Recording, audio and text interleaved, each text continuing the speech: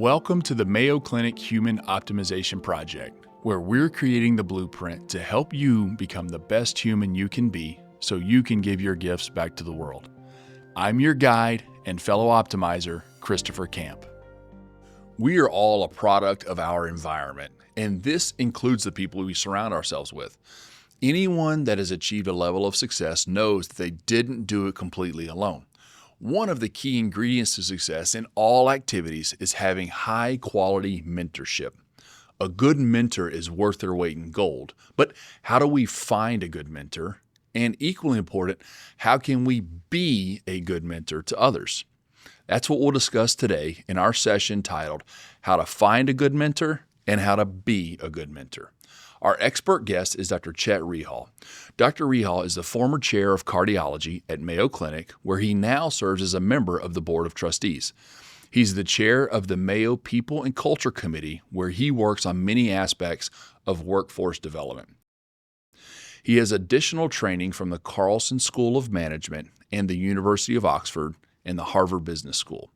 He led the Mayo Clinic Personnel Committee, has published over 500 manuscripts, and has won the Teacher of the Year award at Mayo Clinic more times than I can count. Today we have three big questions that we're going to answer with Chet. The first big questions we'll work through is, what qualities make up a good mentor and why do we need one? The second big question we'll answer with him, what are the most common mistakes we make when trying to find a mentor or be a mentor? And then lastly, we're going to have Chet give us some solutions when we ask him, what steps can we take to identify a good mentor and serve as a good mentor to others? Well, Dr. Rihal, thank you so much for joining us today. Really appreciate you coming on. Dr. Camp, Christopher, thank you so much for having me here. Delighted to be here. All right, well, let's dive in. So, Chet, you've been doing this for a long time with a lot of experience, and I think mentorship often can feel sort of abstract for a lot of people. So I think let's bring it down to earth. And for somebody who's an expert in this area, what is the simplest, most useful definition of mentorship that you can give us? So this is a terrific question. I suspect it'll be the foundation of everything we're going to speak about today. To me, mentorship is a relationship that can allow one to be their optimal professional self, and perhaps personal self, but that's related, but may not be directly related to the professional optimization. So really, a mentor is someone that can help you achieve the best version of your professional self at all stages of your career. I love it. And there's a lot in there too. And you talked about stages as well. So I think that there's some role for it to kind of evolve over time, which we'll get into. I think there's a lot of other terms that sometimes get thrown in with mentorship. One of the common ones being sponsorship. So can you tell us how mentorship and sponsorship are the same or different from one another? I think the simple way to think about it is a sponsor is someone that may put your name forth for opportunities, be they positions or projects or educational opportunities, someone that points you to one of these and perhaps puts in a good word for you, right? So that's sponsorship, as I understand it. Mentorship is different. Mentorship is not transactional. It's more of a relationship that develops over time. And again, as I said, helps you achieve the best version of your professional self. Okay. And I think at times it may be the responsibility of a mentor to also serve as a sponsor, but not always. And so I think it probably depends a little bit. So we'll mostly focus on the mentorship component for today, but I know sponsorship is a big key attribute to that as well. Okay. So let's talk about, I think a lot of this is obvious, but I want to, it's worth stating. What are some of the primary benefits of having a good mentor? This is a great question. And I think these things are seemingly obvious, but they're not actually obvious, right? We as individuals, are very different from one another. Some people are highly individualistic. Others are team-oriented from the start, et cetera. But as we progress through life, it's very difficult to go through by yourself. Just like when you were a little kid, right? There's your family that supports you, then perhaps your friends and family, classmates, whoever. As you start your professional career, it can be difficult to navigate either the technical or professional aspects of your career, whatever you do, right? And the nuances thereof. Having a guide, that's another way of thinking of a mentor. It's not quite the same thing, but a guide to point you in the right direction, to help you answer your questions, will make it easier to navigate, to avoid pitfalls, avoid dead ends, and to make sure that you're growing and developing and becoming professionally satisfied, whatever your goals are. And everyone has different goals. Right. And the world we're living in now is growing rapidly, right? The doubling rate of knowledge now, in the early 1900s, it took almost 100 years for human knowledge to double. And now the thinking is human knowledge doubles almost every day. I mean, it is growing rapidly. So I do think that we need that guidance more than ever, because it is very easy to be lost in this overwhelming sea of information that's out there for us. And I think the mentorship can do that. It can, and I'd like to comment on this point you just made. Knowledge has now become commoditized. It's no longer our role to memorize knowledge. We need to learn how to manage knowledge, how to use it, which is different. Yes. Right? I no longer need to memorize everything there is about cardiology. I need to know how to look up the latest clinically relevant data so I can bring them to bear for the benefit of my patients. Same goes for any field, right? So knowledge in and of itself, I think the modern technology has taken off some of the burden that we used to carry of knowledge. And so on the one hand, there's much more knowledge, as you just pointed out, growing exponentially, right? On the other hand, it's hopefully should be easier to manage. So really our charge now as humans is not to memorize everything, but it's to learn how to actually use it and apply it. And that's one of the things that mostly differentiates us from computers now. Maybe not for long, but at least for now. And having a mentor is a very powerful way of learning that process of how to use that knowledge and apply it appropriately. I also think a lot of us have had the experience of learning things the hard way. And although we'd really rather not do that, some of the most powerful lessons are learned the hard way, but that is really challenging and comes with some limitations. And I see that as one of the values of having a mentor is that you have to learn things the hard way less often.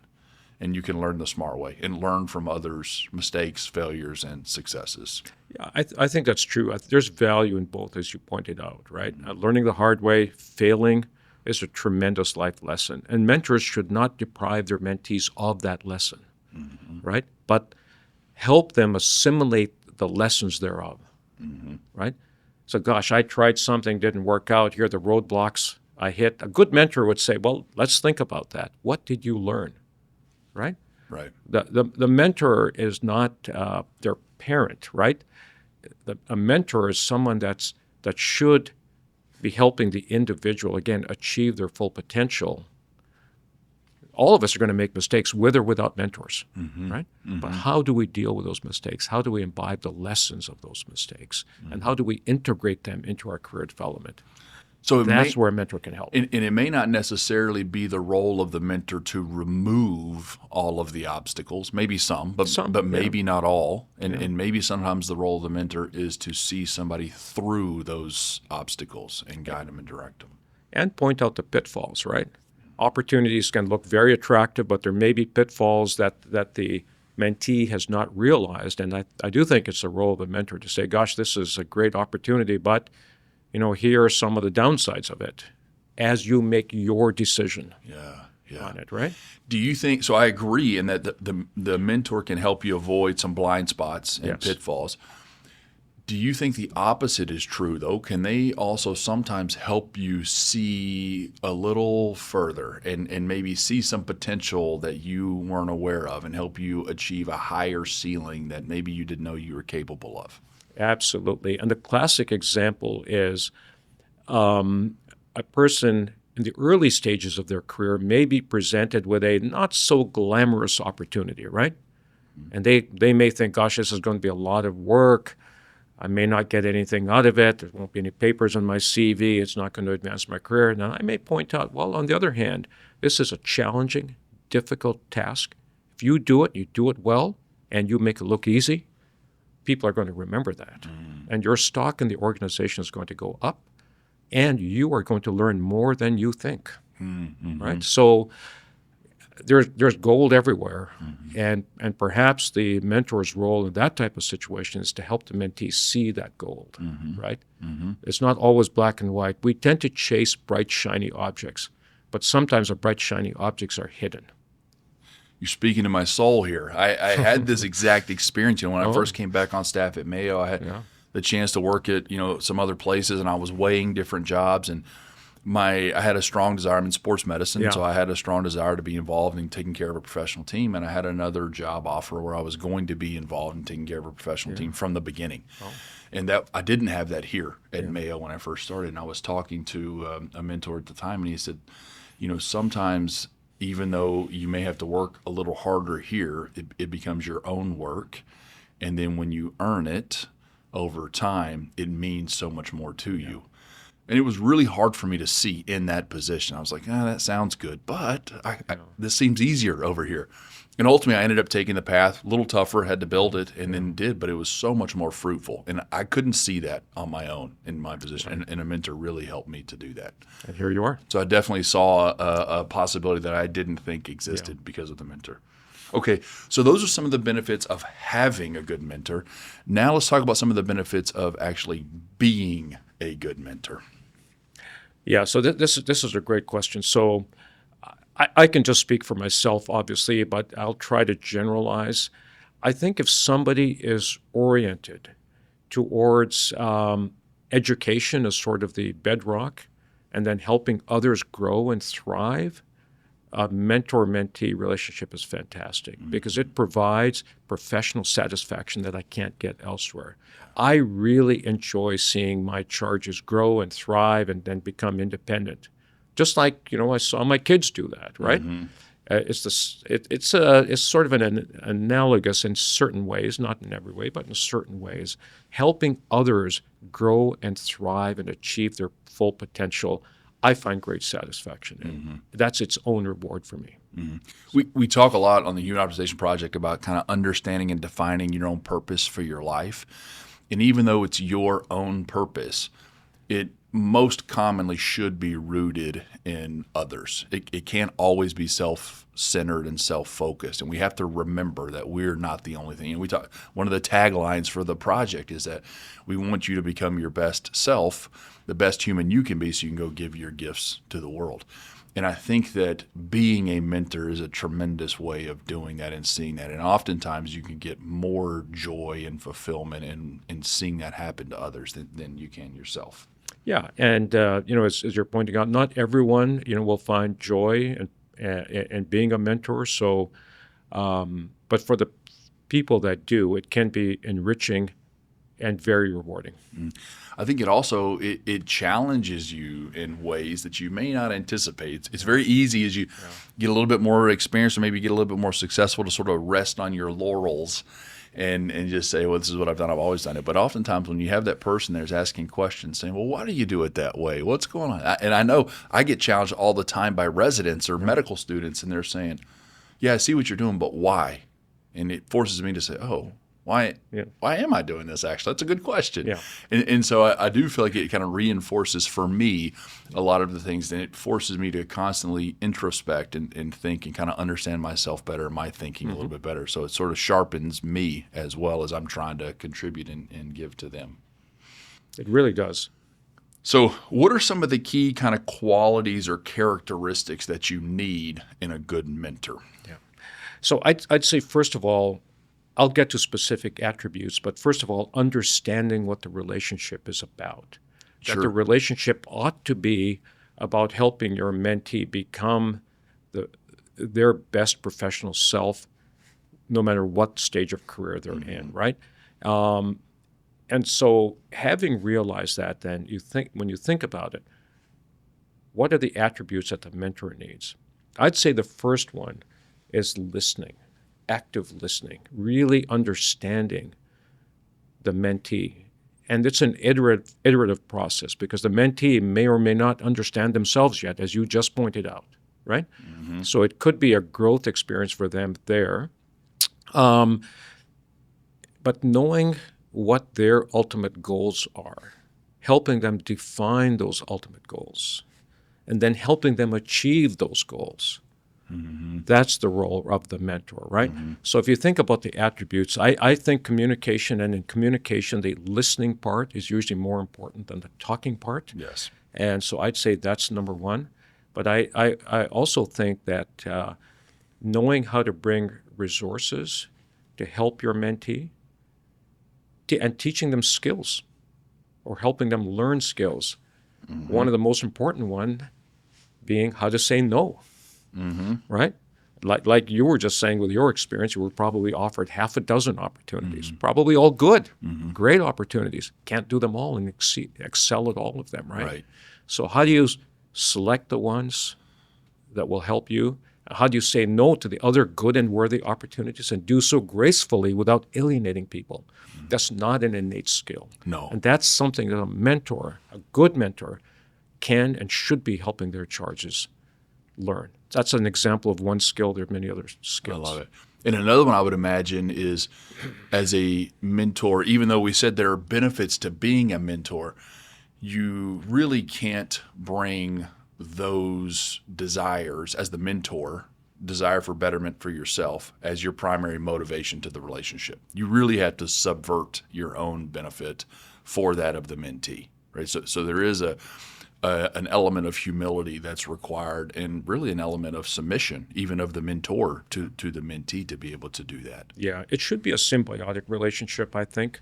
But what the mentor should be getting out of it is personal and professional satisfaction, watching and helping others grow, right?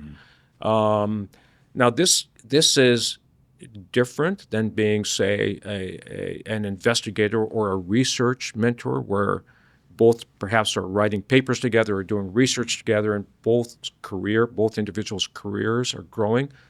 That's related but different, right? A mentor mentorship is not necessarily working with your mentee directly. Right. It's helping them work with the right people. Right. That'll further their career aspirations. Right. Even if you're not on the same projects or even directly in the same line of work. Exactly. To be honest. Exactly. Okay. Exactly. You don't even have to be in the same field, actually. Right? If you really understand mentorship and coaching, which is different but related, you don't even have to be in the same field to be a good mentor. All right. So let's talk about some of the elements needed in order to be a good mentee. So again, I think this is even more difficult than the first question, but I think communication skills, and again, listening, right? Listening to the questions that your mentor is posing to you, reflecting upon them, contemplating them, and really working with your mentor to better understand yourself and your goals and aspirations. Again, this is not an easy thing to do, particularly when somebody is starting a career, because they're typically confronted with a vast array of possibilities. Everything looks good, right? And I'll comment on our profession, Christopher, as well. In medicine, our behavior is so goal-directed, right? So, for example, you want to get into medical school, you've got to do a certain set of college prerequisites. You've got to excel at them. It's sort of prescribed to you. Formulaic. You get into medical school, first real decision you then make is, what residency am I going to do, right? You went through this. I went through this. And then you've got a set of requirements for that. Then you do your residency. You'll hopefully excel there. Then you get a job. And then the world is your oyster, right? Now it's not formulaic. Now you've got 100 different decisions to make, and you've got to make them. You can easily make the wrong ones if you don't understand yourself. So understanding yourself and your drivers and working with your mentor or whoever it happens to be, right? To understand yourself so that you can make the right decisions is an important quality of the mentee. Very good. How important is it for the mentee to set expectations in their role between the mentor and mentee? Can the mentee do that, or does that need to all come from the mentor? Yeah, I would hesitate to be overly prescriptive here, because this will change, right? A mentee may not know initially, right, exactly what is required. They may not know. They have to grow into it. So I'd say the best thing, rather than a set of written expectations and follow-ups and all this, it's not a business meeting, right? You don't need a contract. No. This is relationship building with someone that can help you grow. That's what it is. That's what you should focus on. And the best mentees that, I've been fortunate having mentees in, many different aspects of cardiology and even from outside cardiology. Approach it with that in mind. And so I think maybe rather than having clear expectations as the mentee, you should probably have clear questions that you want to have answered, and a willingness to be open-minded to the answers, and then some accountability for your actions, and what you're being told by the mentor. I think that's really important. Typically, after a meeting, both parties will agree that, the mentee is going to do this or whatever it may happen to be, right? Mm-hmm. It's important to follow through in that. Mm-hmm. And ideally, you send an email or a note back to the mentor saying, oh, gosh, thanks for the advice. I did do this. I followed up on it. It was helpful, or it wasn't as great as I thought it was going to be. And then, have some clear follow-ups for the next meeting. Mm-hmm. And when that next meeting should be, I think depends. Mm-hmm. Sometimes sooner, sometimes later. Good. Yeah. Now, let's talk about the relationship as a whole. So we've sort of talked about some key attributes of the mentor, some key attributes of the mentee. Yeah. What are some key attributes of the relationship between the mentor and mentee that when you look at a mentor-mentee relationship and you see these things, you think, okay, this is a very productive relationship, and this you two are ideally suited for one another. Yeah. So this is another great question.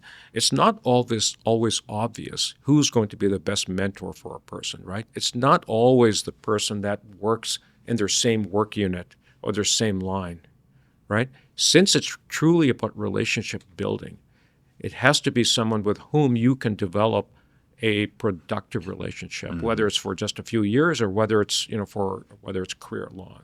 Mm-hmm.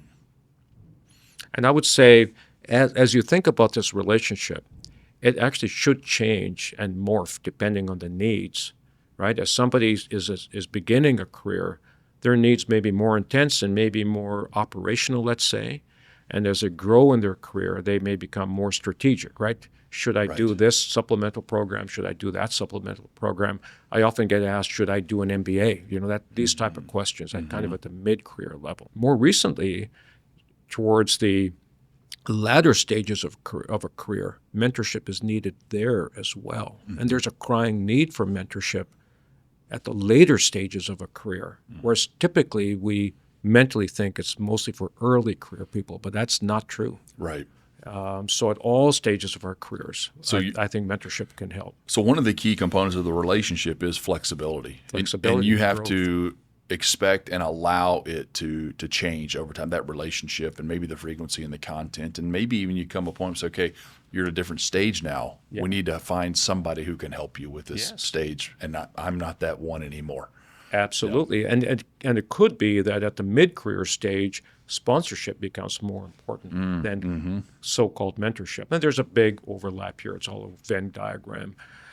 Whereas in the later stages of a career, it may be you just need someone to maybe open your eyes to what's happening or going to happen. I've often heard that referred to as ethical escalation, and knowing when is the right time and the right amount to say, okay, let's go to the next step here of this becoming a sponsorship, or reversing roles, or finding you a new, so we're going to change things up ethically and appropriately, so that it's the mentee is getting the best out of it. So, Christopher, to your point about relationships changing, morphing, and being flexible, let me tell you an interesting anecdote about one of my mentees who then became my mentor. Mm-hmm. Very, very smart, intelligent, young cardiologist who I helped, I think, a little bit during the early stages of his career. And then he, being, of course, a generation younger than me, actually became my mentor in how to get on and use medical social media. You see? Mm-hmm, mm-hmm. So this was something he was an expert and is an expert in. I was a novice. Right. We already had this relationship. I said, now, you're going to be my mentor here. Mm-hmm. Right? And it was A, fun, and B, very productive. That's amazing. Yeah. So we talk about the value of having a mentor and being a mentor. Yeah. And oftentimes that can happen within the same set of two people Yeah. in both directions. Well, it did in this circumstance. Yeah. Christopher, as we have talked about the career growth and trajectory and the changing needs of mentorship, one concept I would like to just bring up here is the concept of becoming your own mentor in a way. Okay. Right? Yeah, tell me more. Yeah, because a very common pitfall of the mentee is trying to become their mentor. Mm-hmm. And that's a mistake. Yes. You can never become someone else. And I think that goes both ways. The mentor can try to turn the mentee into them as well, right? Exactly. Mm-hmm. Probably the most common pitfall in being a mentor is thinking they want to become you. Yeah. And Or say, here's what I did. You should do the same. Exactly. Yes, Exactly. yes, I think that's a mistake. Mm-hmm. So for someone to avoid that trap, eventually we have to realize what our goals are, what our drivers, our inner drivers are, and where our true professional satisfaction is coming from. Mm-hmm. It can come from a variety of different places, and then to maximize those opportunities. But the only way one can know that is through introspection, through trying things, failing at them, and also having a long-term perspective. And so this is the thing I want to really bring out here, is when somebody is beginning a career, I will often ask that person, think about why you went into, in our case, medicine. Mm-hmm. Why did you go into medicine? Write those things down. Do not get distracted by administrative burden, this and that, and all that other thing. Mm-hmm. If you're getting despondent, go back and remember why you chose this career path, right? Mm-hmm. And as you judge opportunities, judge those opportunities against your career goals. If they're aligned, they're good opportunities. If they're not, then hopefully your mentor has taught you how to gracefully say no. Mm-hmm. And if you do this in an iterative process, you eventually will become your own mentor. Mm. So the second question I pose to them is, imagine yourself in the future. Okay, you're just starting your career now. Imagine yourself 30 years from now, retiring after a long, productive, successful career at Mayo Clinic, managing a sports team and all that. Mm-hmm. Ask yourself, when I retire, what are the things I will be most proud of? Write them down. Mm-hmm. Those are your goals. Mm-hmm. And use them as a benchmark when opportunities come up. And if they don't come up, then seek them, right? So eventually, if we know ourselves well, we then can become our own mentor. And you know where this comes from. I know you know. I was inspired by the meditations of Marcus Aurelius. Yes. Right? Yeah. 4th century Roman emperor who wrote his meditations not for publication, for his future self. Right. So think about your future self. Mm-hmm. And that person in the future, be true to that person. Oh, this is fantastic. One of the things I've talked about is it's really hard for us to sort through all of the information that's out there. We talked about that at the beginning. And it's also difficult for us to decide, okay, which action should I take? Which behavior should I do? What's my next step? Because our knowledge base is growing infinitely.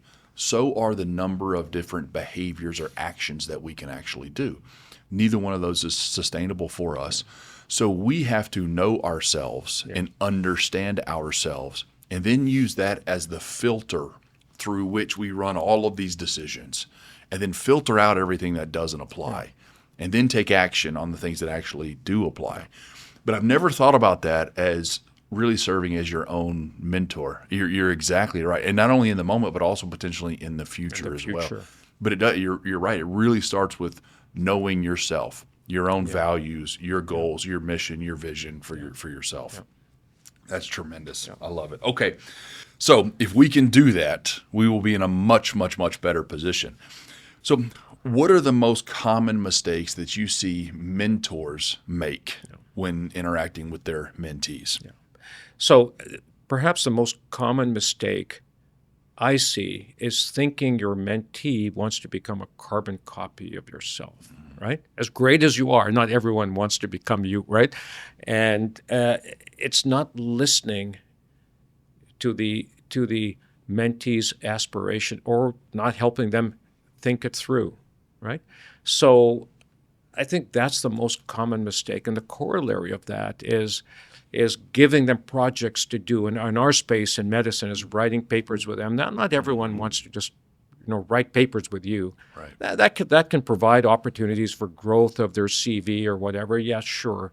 But that's not really the full benefit of mentor-mentee relationship, right? Mm-hmm. So avoid the trap of thinking they want to become you, Mm-hmm. right? Mm-hmm. And conversely, on the mentee side, right, is thinking that there's only one mentor out there. And when I think of my personal experience, I had perhaps 4 or 5 different mentors at different stages of my careers, all of whom brought different things to my career growth and development, right? Some on the technical side, some on the clinical side, some on the academic side, some on the business administrative side. And the mentee has to realize that the mentor is not an oracle with all the answers. Yes. Right? And that perhaps what they really need to do is to learn, and this is part of their career growth and development. Like the mentors, you kind of outgrow mentors after a while, as I mentioned, and you may need role models. How to take the best from other people and perhaps leave the less than best attributes behind. I think mistaking the mentor for an oracle is probably a mistake that both the mentee can make and the mentor themselves. That's exactly right. Oftentimes, I think the mentor might think that they have all of the They answers and don't. they know, which They is don't. never the case, They right? don't. And you're exactly right. I think listening becomes the key and really understanding that person. I know one of the mistakes I have made, or maybe one of the things I have learned and has changed for me over time, is recognizing that as I'm talking to somebody who's in their early 20s, as I get further and further away from my early 20s, I realize folks in their early 20s are living in a different world than I did when I was in my early 20s. Absolutely. And so even though maybe I've grown and I've gained some wisdom and I've learned a few things, my ability to relate to that individual's everyday life is harder for me now than when it was when I was in my early 30s, so to speak. So I have to recognize, too, that there are some shortcomings. Like even with age comes wisdom, but there also comes a little bit of separation from the young people that you're mentoring to. So you have to recognize your own limitations in that, which I think can be hard for mentors. I think it's very difficult, actually. It's extremely difficult. So when you think about, your statement, what things say the same? Well, perhaps some of the technical aspects of our work. I work in a technical field doing procedures. You work in a technical field doing surgeries. Perhaps some of those things, tend to stay the same. But even those grow and change with time, right? So nothing stays constant. And I think part of our role as mentors is to keep up to date. Right? I mean, the technology is the most obvious example, right? That's the most obvious example. You don't want to be the guy that, the residents are taking the phone and setting up your Wi-Fi for you, right? I mean, that's if they're doing that, then you're way behind the times, right? So you need to also try to keep up with what's with how the world is changing and growing. You have right? to stay sharp. Yeah. Well, let's say you're in a situation where maybe some of these mistakes are being made. And maybe the mentor-mentee's not, getting along or seeing eye to eye. As a mentee, how do you handle it when you maybe disagree with your mentor? Or maybe you think your mentor doesn't understand you or is giving bad advice? Yeah. This is a terrific question. And I have experience with this because I was advised to go into a certain aspect of cardiology, into non-invasive cardiology, right? I think I had, I think I was reasonably good at it. I vibed well with my mentors, and they fully expected me to go along this line. I had another career path over here in invasive cardiology doing procedures. And perhaps the hardest thing I had to do as a fellow was to tell my mentor, right, who was a big national, international name. I had to muster up the courage and tell this person, actually, I'm going to go into cardiac catheterization. One of the best decisions I ever made. I never forgot what I learned over here. And now, as time has evolved, I have integrated that knowledge and that training into my invasive practice, doing the specific types of procedures that I'm currently doing. But had I just followed my mentor's advice and expectations, I know I would not have been as professionally satisfied as I currently am. But that takes what I said earlier, right? You have to really get to know yourself. Yes. And that's not an instantaneous thing, right? Right. Not an instantaneous thing. No. And hopefully if you do a good enough job of knowing yourself, you'll understand it clearly.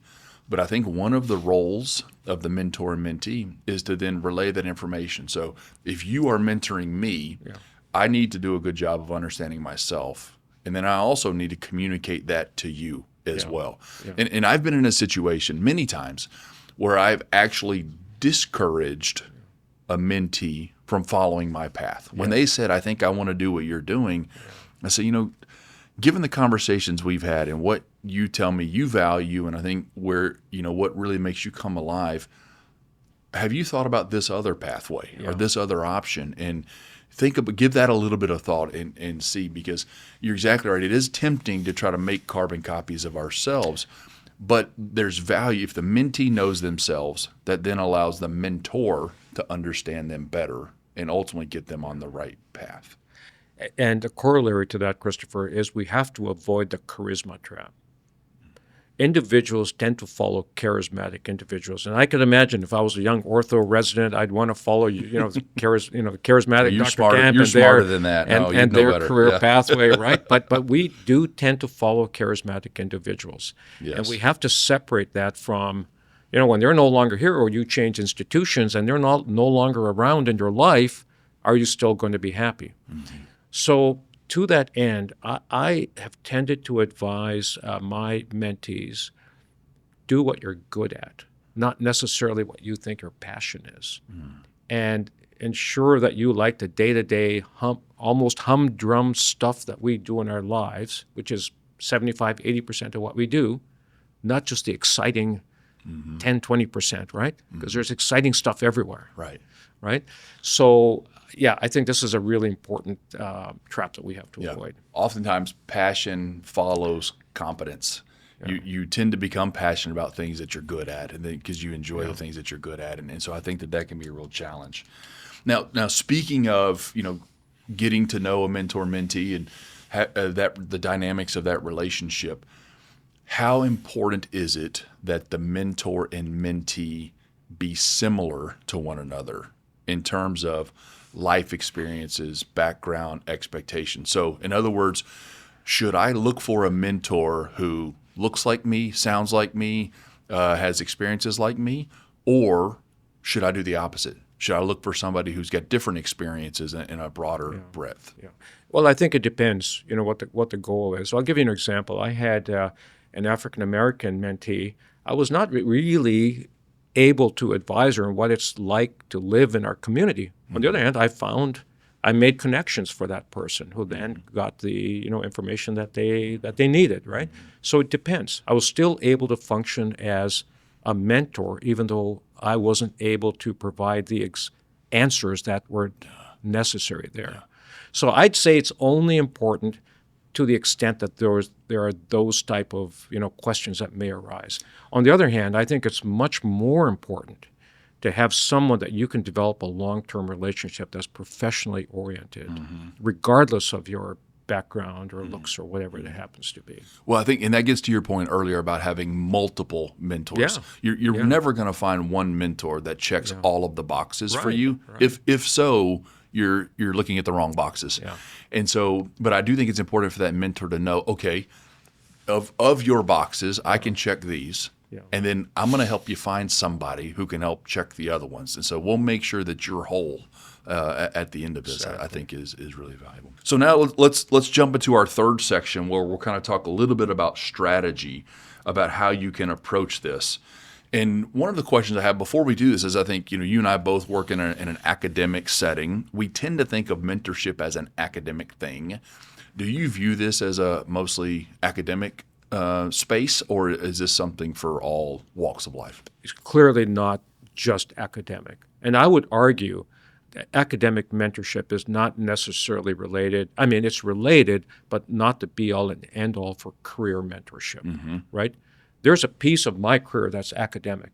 There are many other pieces that are not. The leadership management stuff, the clinical, technical work that I do, It's all interrelated, as you know, but it's different, right? So it's not just for academics. I would say the concepts that we've been discussing here this morning are applicable to any field, right? Any field. I agree. Medical, non-medical, technical, non-technical, right? I think athletics, artistic, yeah, right? absolutely. Athletics, right? Skill-based trades, I agree, everything. Right? As an athlete progresses through their career, and you know much more about this, their needs, I'm sure, change, right? And I would posit that's the same for any field, right? Any let's say roughly 30-year career arc, right? Early, mid, late, things are going to change. Right. Right? Absolutely. Okay. So now let's tell somebody how to do it. And I think this is another mistake too. I'll say oftentimes people will think, well, I work in a field where you kind of got to do it by yourself. I don't really have room. I can't have a mentor. Or I'm somebody who can't be a mentor. I don't know enough. And I'm going to strike that down and say they're both wrong. Anybody can be a mentor, and everybody needs a mentor. So I think it goes both directions for everybody, regardless. So let's say you're somebody who says, okay, I'm ready. I want to find myself a mentor, personally, professionally, whatever. Irrespective of the field. What's sort of a checklist they can go by, or what steps can they follow to identify somebody to be their mentor? It's, again, a really interesting question. And I think the answer I'm going to give may not be one where you can kind of check the boxes, but it's sort of like, finding your own doctor in a way. The best way, word of mouth. Good mentors tend to be good mentors. And the mentees tend to know who the good mentors are. So ask your peers, ask your colleagues who has helped them over the course of their career, whether they're new in staff, whether they're just beginning their career or mid-career, right? I think word of mouth is actually exceedingly important. Now, one may be assigned a mentor by their division or department at a place like Mayo initially, right? And that's its starting point. That may or may not be the ultimate relationship that one ends up with, because it's truly about relationship building, not about technical background, not about personal backgrounds, right? It's about that relationship. Can it become productive? That becomes evident with time. I like that. And I also think, too, and maybe even to back up even before you start asking around, one step would be know yourself, like we've talked about. So figure out, why do you want a mentor? What do you need them for? What goals are you trying to accomplish? Like, have some sort of sense of what you're looking for, because I think then when you start asking around, hey, here's what I'm looking for. Who do you know that would be good for me to talk about with this? I think would be really good. I agree. I think defining what your goals are, this knowing yourself thing that we've talked a lot about, that's always a work in progress. So people, you don't want to wait until you really understand it. You want to get started, right? Because that will come with time. Yes. That will come with time, right? But clearly knowing what your needs are, and let's, again, choose the early career person, right? It's how do I navigate such a huge matrix organization like Mayo Clinic? How do I navigate my department, right? How do I make the early career decisions that are the seeds that will bear fruit later on, years or decades later? How do I do that, right? So you need to know what you're asking for and why you're asking for it. Yeah. Okay. So now I've done a little bit of soul searching, trying to figure out why I want a mentor. I've asked around. I got a list of a couple names, and I'm going to reach out to one of these people on my list. When I do, any recommendations for how I reach out to this person and what I say to them? Yeah, terrific question. I'd say there's multiple ways you can do this, of course. Perhaps the least obtrusive way that also gives a mentor some time to think about things, right, is to send them a brief email introducing yourself, why you're reaching out to them, why you specifically, right, or why this person specifically. Maybe send them a very, very high-level overview of your CV or your early goals, right? So the mentor knows you're thinking and you're engaged, and it's not just another, it's going to be. The mentor also has to feel that this person can be mentored, right? Right. So give that impression that you know what you're asking for and why and what stage of career you're at. And if you're looking for academic mentorship, which we talked about, send them a copy or two of a paper that you've written, right? But if it's more career development, explain where you are in your career and why Maybe you're what your goals approaching are. them, Yeah. what your goals are, right? Or maybe you need help setting your goals. But why are you approaching this person? Why are they approaching me as a mentor, right? Okay. And then appropriate, let's say that you do that and that person says, sure, I'd be happy to meet. Yeah. Appropriate expectations for you as the mentee. I mean, should you go in expecting love at first sight or mentorship at first sight, or do you go in with an open mind? I think you go in with an open mind, almost like a job interview, right? Yeah, It's a job interview. And if you think about it, right, why should this person take me on as a mentee, right? So approach it that way, right? Tell them something about yourself, a little bit about your background, how you ended up where you are, what you're looking for. Assure them it's not going to be a ton of work, and it's going to be an enjoyable experience working with this person, right? Perfect. So, And I think, too, you probably need to go in with an open mind, knowing that, hey, if this isn't a good fit, it's going to be best for both of us to walk away from this, so we're not locked into something that's not fruitful for the two of us. Okay, extremely helpful. Now, what about on the flip side? Let's say now you're the mentor, and you get an email from somebody who's looking for mentorship. How do you look at that and decide, yeah, I can help this person or not? And if so, how do you make sure that you're going to do a good job in that first interaction? another terrific question. I think that perhaps the greatest limitation that really good mentors have is time, because they get approached by many people. So I think being honest with the mentee and with yourself, if you may really like this mentee, but you just don't have the time, to put in and to relationship building and the few hours of work that it may take over the course of a quarter or a year. I think just being honest with them still helps to meet with them and helping them find someone. That sort of mentorship, right? Helping them connect with somebody who can help them if you can't take it on.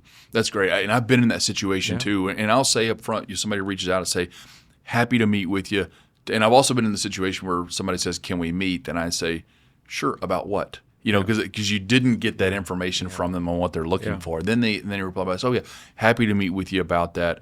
Not in a position where I can take it on, or that's not quite in my wheelhouse. I'm not sure I can help you, but tell me more, and we'll help you find the right person to do that. So I think it's part of the mentor's role is to knowing when I can help, when I have the time and I have the knowledge and the skill set and the ability to help, or if not, how can I get you to someone who may. No. Perfect summary. Okay, wonderful. Well, this has been a great discussion. I really enjoyed it. I've learned a lot. I've taken a lot of notes as we've gone through. So I'd like to take a minute here just to kind of summarize my notes, if that's okay, to give me a chance to summarize, and then I'll ask you the three big questions. Absolutely. So I loved your definition of mentorship in the beginning. So a relationship that can allow one to be their best professional self. And we talked about, we typically think about it in the professional setting, but it can also happen in the personal setting. It is different from sponsorship. And sponsorship, where somebody they put their name out or their political capital, put it out on the line for you to help advance you. And that sometimes that is required of a mentor. We talked about benefits of having a mentor. You can't do it alone. You need one. A mentor can also help teach you how to use knowledge and how to apply knowledge, which is really what we need to be doing these days. Gives you a chance to sometimes not have to learn everything the hard way, but can also walk you through the challenges and difficult obstacles that you need to. A mentor can point out blind spots and pitfalls and maybe even help you reach a higher ceiling than you thought was achievable. Some of the benefits of being a good mentor, the main one is going to be professional, personal satisfaction and fulfillment of your purpose and giving you joy, but also it can really keep you young and relevant and help you stay sharp as well. We talked about key qualities of a good mentor-mentee relationship, and it's going to be a productive connection, needs to be flexible, and it may change over time, and we talked about that ethical escalation. Some good attributes of a mentor is that you've got to be an active listener. You need to know the mentee. You need to know their goals. And then you need to be able to teach them the skills that they're looking for without trying to turn them into a carbon copy of yourself. So making sure you're helping them achieve their goals rather than using them to achieve your own goals. And then for a mentee, same thing. You got to communicate. You got to be clear. You got to be a good listener. You got to have clear questions, keep an open mind, and then be accountable for your part of the relationship to keep it going. And then I like at the end, you sort of gave us some steps to take to identify a good mentor. One, kind of understand a little bit of why you want a mentor. Second, ask your peers, word of mouth, find some names of who would be good. And then third, reach out to that individual, give them some background information, who you are, what you're looking for, see if they do an introductory meeting, and then go into that meeting with a very open mind, saying, hey, this maybe it may or may not work out, but let's connect and see. So that's my summary of everything today. And now I want to give you a chance to summarize it, if that's okay. All right, so our three big questions that we started out with. Our first one, what qualities make up a good mentor, and why do we need one? So firstly, Christopher, I think your summary is spot on and fantastic. I'm not sure I can really add to it very much, so I'll keep this very brief. Mm-hmm. But I think the qualities that good mentors need to have is understanding the purpose of the relationship, is to help the other person grow. And how do you do that? You listen. You help them set their goals, which may or may not be aligned with your goals, right? So that separation is really important. You're helping the other person grow. They may or may not have goals yet. Your job is to help them think it through. Why this goal? Why not that goal? It gets back to part of our earlier conversation. So I think active listening skills, the ability to help others grow, right? Not make decisions for them, but help them make decisions, right? Mm-hmm. They've got two choices here, right? Do you do A or B? What are the pros and cons? Mm-hmm. How are you going to make your decision? Yeah. That's how a mentor should approach it, rather than saying, I would do A because of these 3 or 4 or 5 reasons. So a good mentor is going to ask more questions, and they're going to give answers oftentimes. Yeah. Communication skills, especially listening, is usually more important than talking, right? Beautiful. Okay, our second big question, what are some of the most common mistakes that we make when trying to find a mentor or be a mentor? Yeah, in terms of finding a mentor, perhaps the most common mistake people make, and I didn't think about this, is going to the biggest names in the field, mm-hmm. right? Mm-hmm. They want to go to the biggest name in orthopedic athletic surgery. Oh, it's Dr. Camp. Well, he may or may not be the best mentor, right? So avoid that trap. Avoid the charisma trap. Do not try to become a carbon copy of your mentor. Remember, your part of the relationship is your personal growth and development, right? That's a great list. And remember, this person is your mentor, not your nanny, not your parent, right? Right. So it's a professional relationship, right? So you've got to approach it professionally and with a growth mindset. Mm-hmm.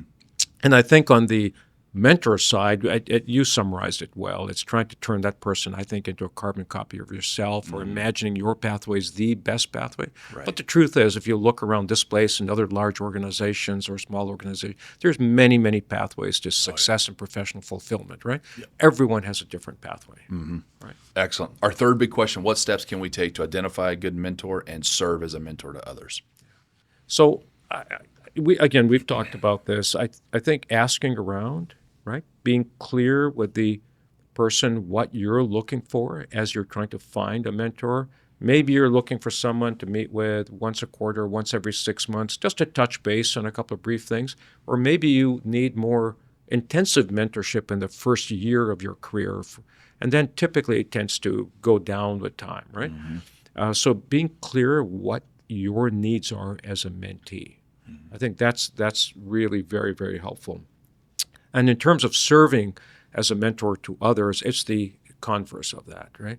Understanding what stage of career the mentee is in, helping them with that stage, and setting them up for success at the next stage of their career. And we didn't talk much about it, but I alluded to it, even including kind of like the late career stages. Right. So wonderful. So I always like to end these with a challenge or a call to action for people. We try to turn this sort of passive knowledge that we're passing on here into active knowledge put in practice. And so for this one, I think it's easy. I think you've made a pretty good argument that each one of us should have a mentor and each one of us should be a mentor. So the call to action today is sit down and ask yourself, do I have a mentor? If not, all right, go through those steps that you outlined in the third section to get one. And then you also have to ask yourself, am I a mentor to somebody else? odds are you probably are. Whether that relationship has been formalized as a mentor-mentee relationship, you probably are somewhere. And so if you're not, then you need to go find somebody. If you are, if you feel like you have that relationship, but maybe it hasn't been formalized, then I would challenge you to formalize it. Talk to that person. Say, hey, I'd like to mentor you in this. Are you open to that and do that? So that would be my challenge to people. Make sure that at all times in your life, all stages of your career, that you always are a mentor and that you always have a mentor in both directions. So can I just add to your list? Please. I would challenge everyone out there who's listening to this podcast to write down what your goals are, including you and me. Write down your goals and then write down your drivers, your internal drivers that will ultimately be the source of your professional satisfaction. Love it. And that's going to help you both as a mentor and a mentee. Absolutely. Both directions. Absolutely. Win-win. Wonderful. Well, Chet, thank you so much for joining us. This has been great talking to you today, and I really appreciate you passing on your many years of expertise and wisdom so we could all benefit. Absolute pleasure. Thank you for having me. You got it. And to our audience, remember to live intentionally, consistently, better. Keep striving to be the best human you can be so you can give your gifts back to the world, and never stop optimizing. Thanks for listening to the Mayo Clinic Human Optimization Project. If you like this episode, hit subscribe and leave a review. It helps others find us. Know someone who might benefit? Share the episode with them to join us in our mission to help as many people as possible become the best humans they can be. Have feedback or a topic idea? Email us at optimize@mayo.edu. And be sure to look for us on Instagram, X, and YouTube. This podcast is for informational and educational purposes only and should not be relied upon for medical, professional, or legal advice. Always consult with a qualified professional for any questions. The appearance of any guest does not imply an endorsement of them, their employer, or any entity they represent. The views and opinions expressed by the guests are their own and do not necessarily reflect the views of Mayo Clinic. Reference to any product, service, or entity is for informational purposes only and does not constitute an endorsement or recommendation by Mayo Clinic.